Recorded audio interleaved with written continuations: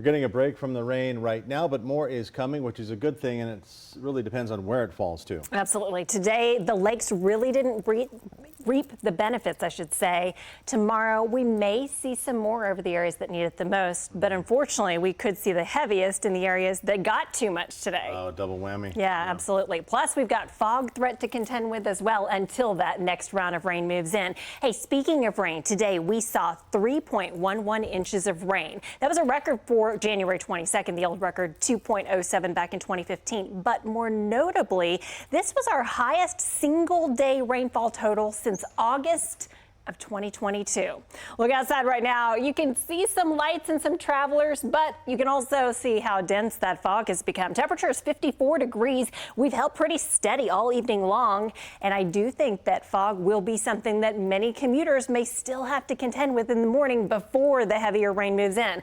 Going with a 100% chance that you do see more rain and more storms. A high temperature around 60 degrees. Winds generally light right now, and with all the residual moisture from all that heavy rain, I know those of you out in western sections of the hill country are saying, rain, what rain? But you've got a lot of fog to contend with. So as we look ahead to tomorrow, the next things we're going to be tracking, a low-end severe weather risk tomorrow afternoon. Austin Point south and east, wind damage would be the highest potential, if at all, and a higher risk, a level 2 of 4 for additional flooding. I'm expecting another 1 to 3 inches of rain possible. Starting to see the next round move across the Rio Grande out of Mexico. And then we'll see additional chances with the upper level pattern bringing in those winds out of the Pacific across Mexico and back into the Lone Star State. A parade of storms, if you will. Currently, lowest visibility is places like Burnet and Llano and Georgetown.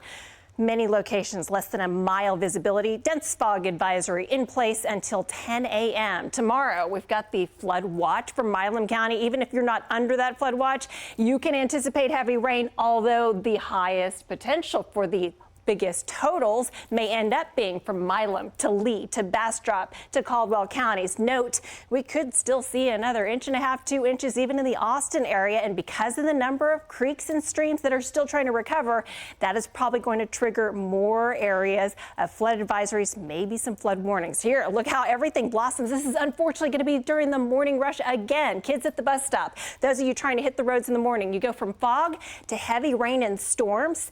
Then through midday, we've still got some more rain on radar. Another heavy band through the afternoon, moving out only briefly overnight tomorrow night. Another potential round, heaviest to the east.